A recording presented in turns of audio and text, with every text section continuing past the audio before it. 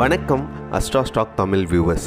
Stock market சீரீஸில் இன்றைக்கி நம்ம எதை பற்றி பார்க்க போகிறோம் அப்படின்னு சொல்லிட்டு பார்த்தீங்கன்னா மார்க்கெட் டெப்த். இந்த மார்க்கெட் டெப்த்தை மட்டும் வச்சு நம்ம ட்ரேட் பண்ணலாமா, அப்படி ட்ரேட் பண்ணால் அது வந்துட்டு கரெக்டாக இருக்குமா, ப்ராஃபிட்டபுளாக இருக்குமா அப்படின்னு இந்த வீடியோவில் கம்ப்ளீட்டாக பார்க்க போகிறோம். நீங்கள் ஒரு இன்ட்ராடே ட்ரேடராக இருந்தீங்க அப்படின்னா இந்த வீடியோ உங்களுக்கு ரொம்பவே யூஸ்ஃபுல்லாக இருக்கும்.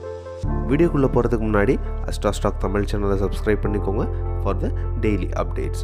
ஓகே, மார்க்கெட் டெப்த்னா என்ன அப்படின்னு ஃபஸ்ட்டு நம்ம பார்க்குறோம். அப்படின்னா ஒரு கம்பெனி இருக்குது, அந்த கம்பெனியோட ஸ்டாக்ஸ் வந்துட்டு எவ்வளோ இருக்குது, எவ்வளோ குவான்டிட்டிஸ் இருக்குது, அதை வந்துட்டு பை பண்ணுறதுக்கு எவ்வளோ கவுண்ட்ஸ் வந்துட்டு நம்மளுக்கு இருக்கிறாங்க, அண்ட் அதை செல் பண்ணுறதுக்கு எவ்வளோ பேர் நம்மளுக்கு இருக்கிறாங்க அப்படின்னு சொல்லிட்டு என்டையராக இந்த கிராஃப் மூலமாகவோ இல்லை டினாமினேஷன்லேயோ நம்மளுக்கு இதை வந்துட்டு டிஸ்பிளே பண்ணுவாங்க.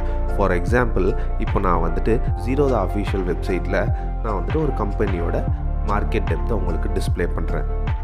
இதில் இந்த ப்ளூ கலர் இருக்கிறதும் அண்ட் ரெட் கலர் இருக்கிறதும் என்னென்ன அப்படின்னு சொல்லிட்டு பார்த்தீங்கன்னா, ப்ளூ கலர் ஃபுல்லாகவே பிட் குவான்டிட்டிஸ் அப்படின்னும், ரெட் கலர் எல்லாமே ஆர்டர் குவான்டிட்டிஸ் அப்படின்னு சொல்லிட்டு இதில் டினோட் பண்ணுறாங்க. இதில் எவ்வளோ குவான்டிட்டிஸ் வந்துட்டு நம்மளுக்கு ஸ்டாக்ஸ் இருக்குது, எவ்வளோ வந்துட்டு ஆர்டர் போட்டிருக்கிறாங்க, எவ்வளோ வந்துட்டு செல் ஆகுது, எவ்வளோ பேர் வந்துட்டு இதை பை பண்ணுறாங்க அப்படின்னு சொல்லிட்டு என்டையராக நம்ம ஒரு கம்பெனியை பற்றி இந்த வெப்சைட்டில் நம்ம பார்த்துக்கலாம். இதுதான் மார்க்கெட் டெப்த்தோட ஓவர்வியூ. இந்த மார்க்கெட் டெப்த்தை மட்டும் வச்சு நம்ம ட்ரேட் பண்ணலாமா அப்படின்னு சொல்லிட்டு கேட்டிங்கன்னா, என்டையராக இதை பண்ணக்கூடாது. ஏன் சில பேர் வந்துட்டு மார்க்கெட் டெப்த்தை மட்டும் வச்சுட்டு இதில் வந்துட்டு ட்ரேட் பண்ணுறாங்களே அப்படின்னு சொல்லிட்டு பார்த்தீங்கன்னா, இதில் பிட்ஸ் அண்ட் ஆஃபர்ஸ் அப்படின்னு சொல்லிட்டு இருக்குல்ல, இது நார்மலாக எல்லா ப்ரோக்கர்ஸ்க்கும் வந்துட்டு 5 வேல்யூ கவுண்ட்ஸ் தான் காட்டும். ஆனால் ஸ்பெஷலாக அந்த ஜீரோதாவில் மட்டும் 20 கவுண்ட்ஸ் நம்மளுக்கு காட்டும்.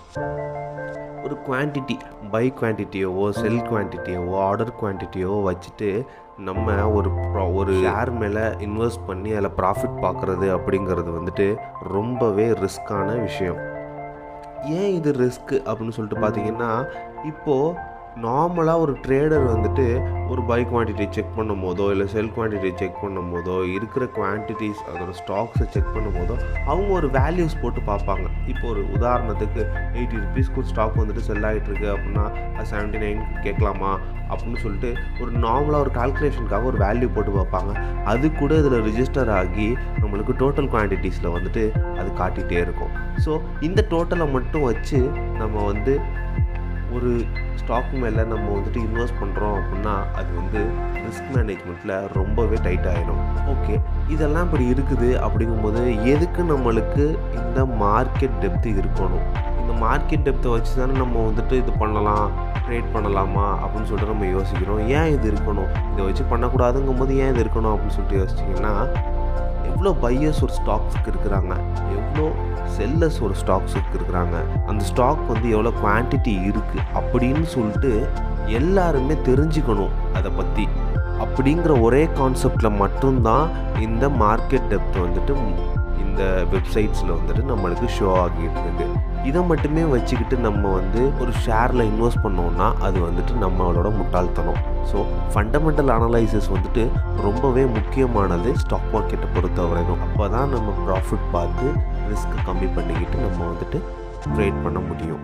சேஃபாக ட்ரேட் பண்ணுங்கள், ஹாப்பியாக ஏர்ன் பண்ணுங்கள். Have a nice day.